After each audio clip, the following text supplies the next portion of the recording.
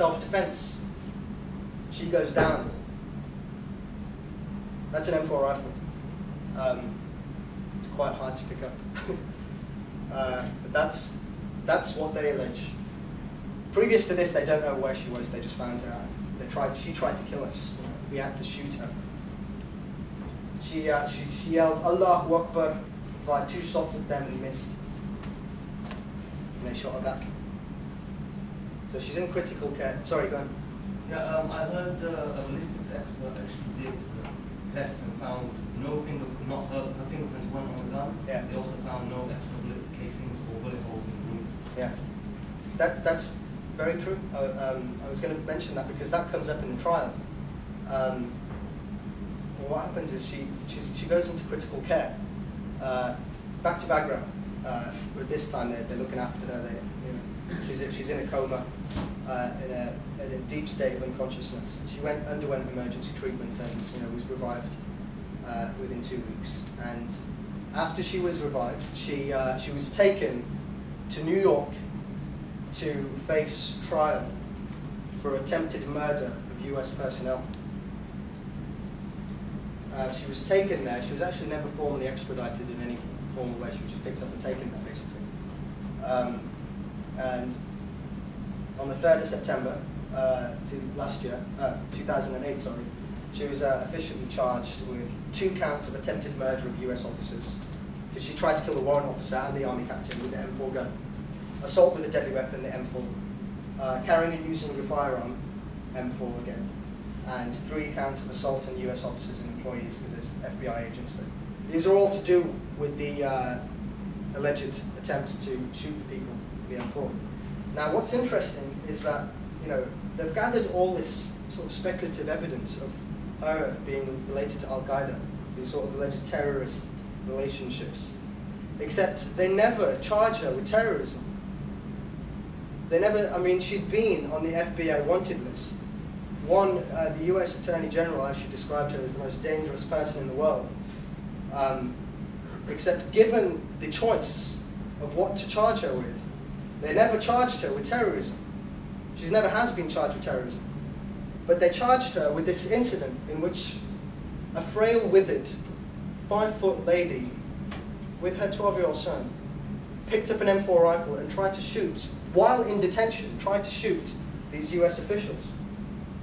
So this guy, Bruce Hoffman, is a professor of security studies at the university, says there's no intelligence data that needs to be introduced, no sources and methods that need to be risked.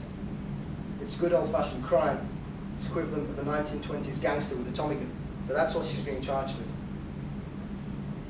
The trial took a lengthy time to actually get going because, as you can imagine, she wasn't in the best mental condition. They had to wait for her to be tested and to be ticked off in order to stand trial. So it took about a year and a bit.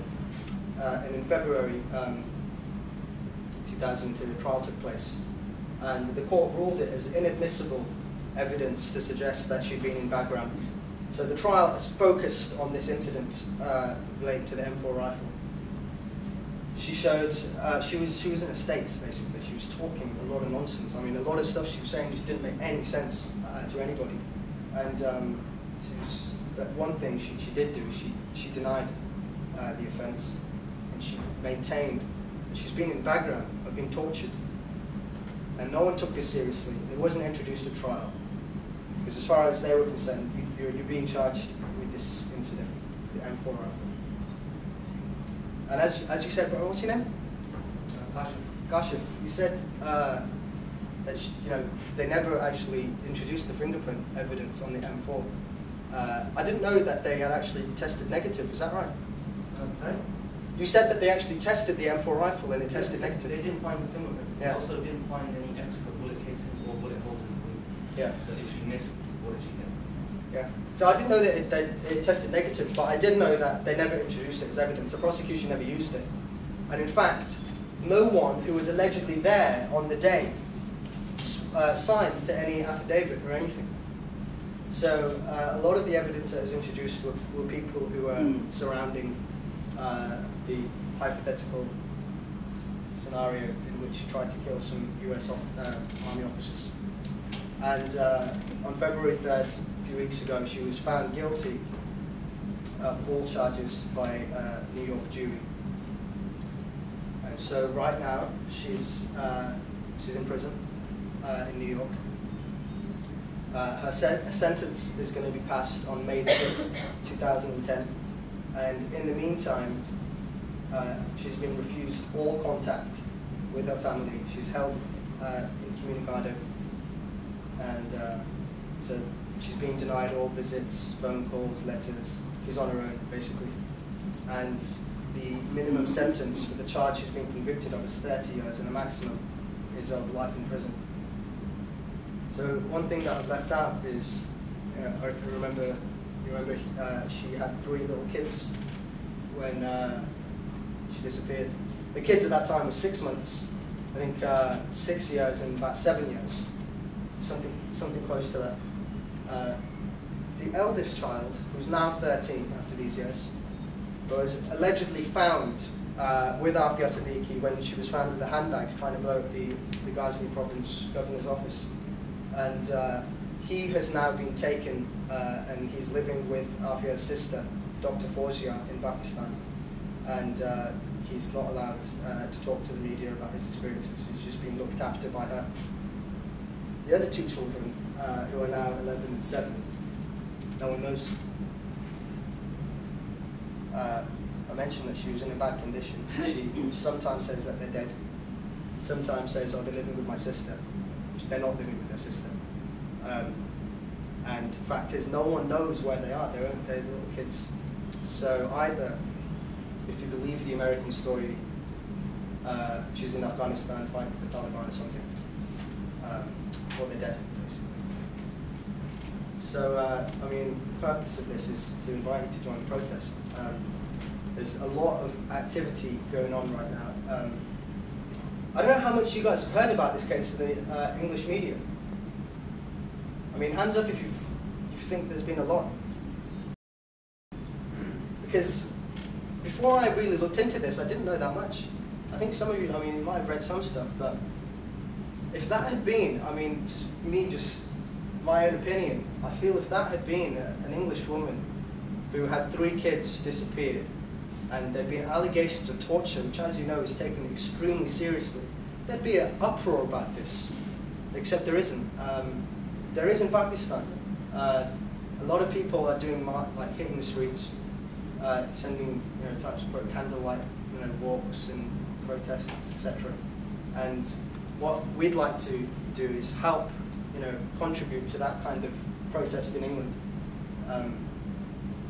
Because there are achievements that can be made. I mean, small ones like getting her visitation rights back, or indeed creating enough sort of resistance so that the case can be appealed successfully, as it can be appealed. But as far as practical steps, I'm going to let Hamera talk a little bit about what you all can maybe do. Either sign a letter or something, or attend, which is even better, the march on the 28th. Is there any questions about that? We'll save the questions for after that. Thank you, Usman. Basically, if you would like to know more about the RPS case, we've provided a short information pack that's got kind of the background, so detention, etc. But on the last 2 pages, it also has kind of ways to get involved. The first thing is because she's awaiting sentence and she's completely incommunicado, to write a letter to the Attorney General in New York allowing her visitation rights. And you can also actually write a letter directly to Aafia and show her support. But as well as that, you can also write to her family as well. So, yeah.